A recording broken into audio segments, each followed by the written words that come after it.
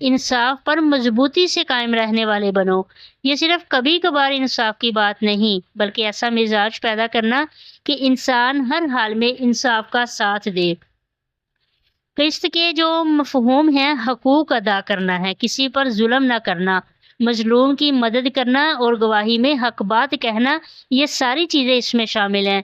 یعنی دیکھیں، انصاف جو ہے وہ صرف عدل میں فیصلہ کرنے کا نام نہیں ہے۔ اگر ایک ماں اپنے دو بچوں کے درمیان بلا وجہ فرق کرے، یہ بھی انصاف کے خلاف ہے۔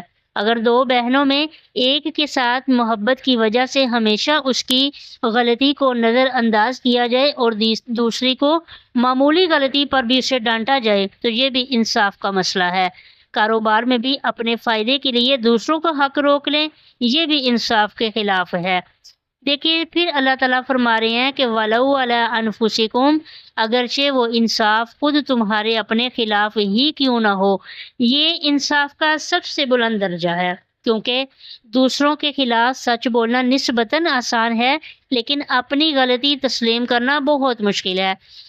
ہم اکثر چاہتے ہیں کہ لوگ ہمیں اچھا سمجھیں۔ اگر ہم سے غلطی ہو جائے اور فوراً ہم اپنی صفائی پیش کرنے لگتے ہیں، کہنے لگتے ہیں نہیں میں نے یہ اس لیے کیا تھا، تو ایکچولی ایسے ہو گیا تھا، ایسے ہو گیا تھا، اصل میں قصور میرا نہیں تھا، مجھے مجبور کیا گیا تھا۔ لیکن قرآن ہمیں سکھا رہا ہے، اگر حقیقت یہ ہے کہ غلطی آپ کی ہے تو اپنے خلاف بھی سچ بولیں، یہی ایمانداری ہے اور یہی انصاف کا تقاضا ہے، اور یہی ہماری عاجزی ہے، اسی چیز میں عاجزی ہے۔ اویل والدین والاقربین، آگے اللہ پاک فرما رہے ہیں کہ چاہے وہ معاملہ والدین کا ہے، قریبی رشتہ داروں کا ہی کیوں نہ ہو۔ تو غور کیجئے، اسلام نے والدین کے ساتھ حسن سلوک کا حکم دیا، رشتہ داروں کے حقوق بیان کیے، لیکن جب حق اور انصاف کا معاملہ آئے تو رشتہ داری ہمیں سچ سے ہٹانے کی اجازت نہیں دیتی۔ مثلاً اگر کسی معاملے میں آپ کا بھائی غلط ہے تو صرف بھائی ہونے کی وجہ سے اس کی غلطی کو صحیح نہیں کہا جا سکتا۔ اگر آپ کا اپنا عزیز کسی کا حق مار رہا ہے، محبت کا تقاضا یہ نہیں کہ آپ ظلم میں اس کا ساتھ دیں، بلکہ حقیقی خیر خواہی یہ ہے کہ آپ اسے ظلم سے روکیں، کیونکہ ظلم کا ساتھ دینا محبت نہیں بلکہ نقصان ہوتا ہے۔ اسی طرح مزید آگے فرما دیا اِن یکن غنیًا او فقیرا، چاہے وہ مالدار ہو یا غریب ہو۔ یعنی قرآن نے معاشرے کی ایک بہت بڑی کمزوری کو ختم کیا۔ اکثر انسان مالدار آدمی کے سامنے نرم پڑ جاتا ہے، اس کے ساتھ تعلقات ہوتے ہیں، اس کا اثر و رسوخ ہوتا ہے۔ دوسری طرف غریب آدمی ہوتا ہے جس کے پاس نہ دولت ہے، نہ طاقت ہے، نہ تعلقات ہیں، لیکن اللہ نے کیا فرمایا؟ انصاف میں امیر غریب سب برابر ہیں، کوئی کسی کا اس میں چیز نہیں آ جاتی کہ کوئی کسی کا جو ہے نا وہ طاقتور ہونے کی وجہ سے وہ جھوٹ کا جو ہے نا وہ ساتھ دینے لگ جائے۔ انصاف پر قائم رہنا ہے۔ مزید فرما دیا فلا تتبعوا الہوی ان تعدلوا، یعنی اپنی خواہش کی پیروی نہ کرو کہ انصاف سے ہی ہٹ جاؤ۔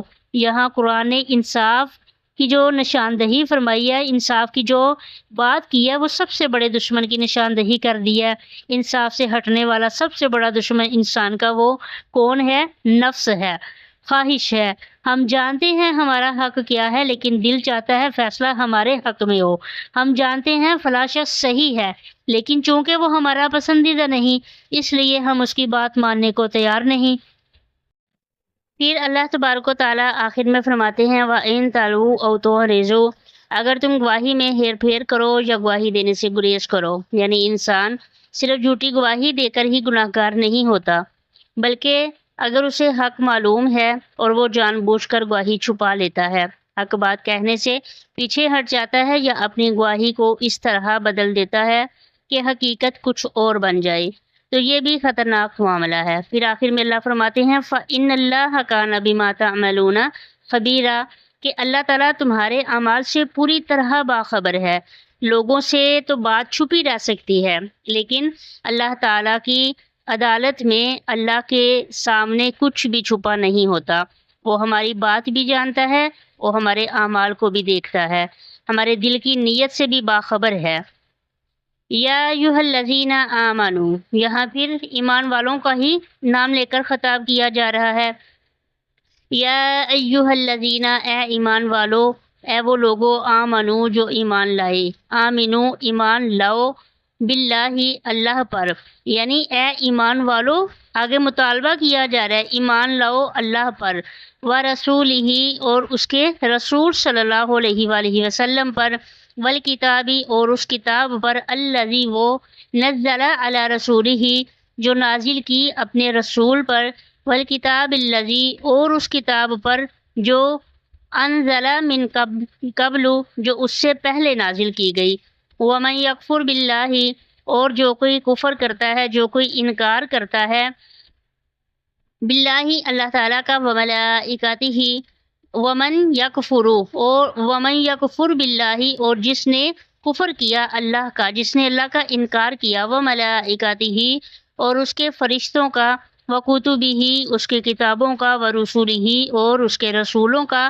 والیوم الآخر اور آخرت کے دن کا، فقد ضل یعنی اگر اس نے کوئی ایسا انسان ہے جس نے اللہ تعالیٰ کا انکار کیا، جس نے فرشتوں کا، رسولوں کا، اس کی نازل کردہ کتابوں کا انکار کیا، آخرت کے دن کو بھی نہیں کوئی مانتا، تو پھر اس کے لیے کیا آ گیا قرآن میں، فقد ضل ضلالا بعیدا، وہ بہت دور کی گمراہی میں جا پڑا۔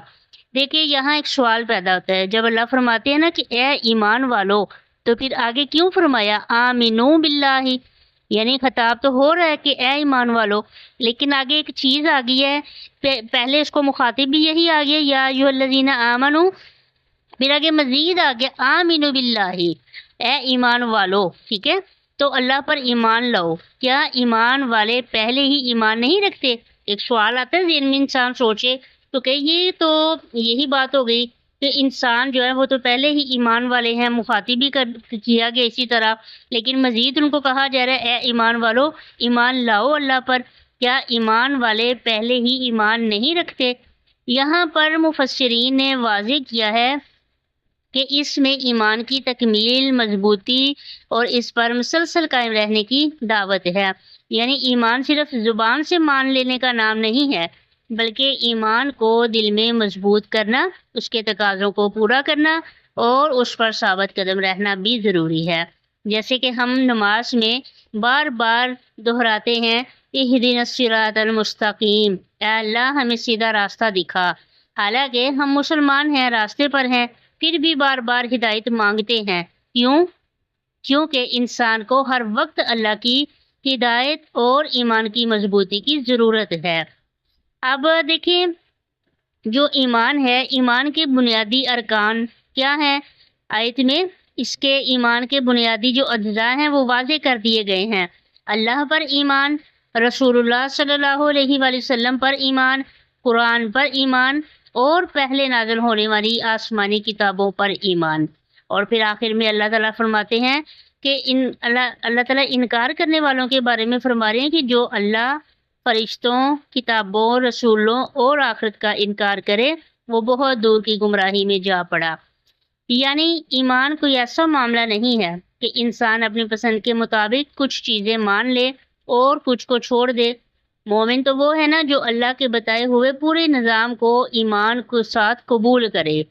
اور پھر قرآن پر ایمان کا تقاضا، مطلب صرف یہ کہہ دینا کافی نہیں کہ میں قرآن کو مانتا ہوں، سوال یہ ہے کیا میں قرآن کو اپنی زندگی میں بھی مانتا ہوں؟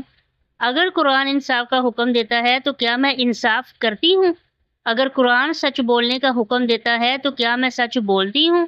اگر قرآن والدین، رشتہ داروں کے حقوق بتاتا ہے، کیا میں ان کے حقوق کا خیال رکھتی ہوں؟ اگر قرآن پاک مجھے خواہش نفس کے پیچھے چلنے سے روکتا ہے تو کیا میں اپنی خواہش نفس کو قرآن کے مطابق اپنی خواہشات کو قرآن کے تابع کر رہی ہوں؟ یہی ایمان کا عملی تقاضا ہے۔ دیکھیے سامعین کرام، آج کی دونوں آیات کا خوبصورت تعلق ہے، غور کریں تو آج کی دونوں آیات آپس میں بہت گہرا تعلق رکھتی ہیں۔ پہلی آیت تو ہمیں سکھاتی ہے انصاف پر قائم رہو، دوسری ہمیں بتاتی ہے اپنے ایمان کو مضبوط کرو اور اللہ، رسول، کتابوں، فرشتوں اور آخرت پر کامل ایمان رکھو۔ آج دنیا میں عدالت سے بچ بھی جاؤ گے تو وہ کل اللہ کے سامنے کیا جواب دو گے؟ یعنی جواب دہی کا احساس انسان میں ہونا چاہیے۔ تو اسی طرح دیکھیں اس میں کافی زیادہ سبق ہمیں جو ہے نا وہ سیکھنے کو ملتے ہیں، ٹھیک ہے، کہ ایمان رکھنا، اپنی غلطی کو تسلیم کرنا، امیر غریب دونوں کے ساتھ انصاف کرنا، اپنی خواہشات کو نہیں بلکہ ایمان کو جو دین کو غالب رکھنا، آخرت کا یقین انسان کو چھپ کر بھی گناہ کرنے سے روکتا ہے، کیونکہ انسان جو بھی باشعور انسان ہوگا وہ اتنا ضرور خیال کرے گا کچھ بھی غلط کام کرنے سے پہلے کہ اللہ تو سب کچھ دیکھ رہا ہے۔ جی سامعین کرام، آج ہم اپنی زندگی کی طرف دیکھیں، خود سے ایک سوال کریں، کیا میں واقعی انصاف پسند ہوں؟ کیا میں اپنے پسندیدہ لوگوں کی غلطی کو بھی غلط کہہ سکتا ہوں؟ کیا میں اپنی غلطی مان سکتا ہوں؟ کیا میں اپنے فائدے کے خلاف بھی حق بات کہہ سکتا ہوں؟ اور کیا میرا ایمان صرف زبان پر ہے یا میرے فیصلوں، میرے اخلاق، میرے معاملات میں بھی نظر آتا ہے؟ یاد رکھیے، اللہ تبارک و تعالی کہ ہاں، ہماری اصل قدر ہمارے دعووں سے نہیں بلکہ ہمارے ایمان، اخلاص اور اعمال سے۔ اللہ ہمیں حق کو حق سمجھ کر اس پر قائم رہنے، باطل کو باطل سمجھ کر اس سے بچنے، اپنے خلاف بھی سچ بولنے اور ہر حال میں انصاف کرنے کی توفیق عطا فرمائے۔ اللہم آمین۔ اگر آج کا یہ سبق آپ کے دل کو چھو گیا ہے تو اسے صرف اپنے تک محدود نہ رکھیے بلکہ اپنے عزیزوں دوستوں تک بھی ضرور پہنچائیے۔ شاید آپ کے ذریعے کسی ایک انسان کو قرآن کی کوئی بات سمجھ آ جائے اور یہی آپ کے لیے صدقہ جاریہ بن جائے۔ اللہ تعالی ہمیں قرآن سمجھنے، اس پر عمل کرنے والا بنائے۔ آمین یا رب العالمین۔ السلام علیکم ورحمۃ اللہ وبرکاتہ۔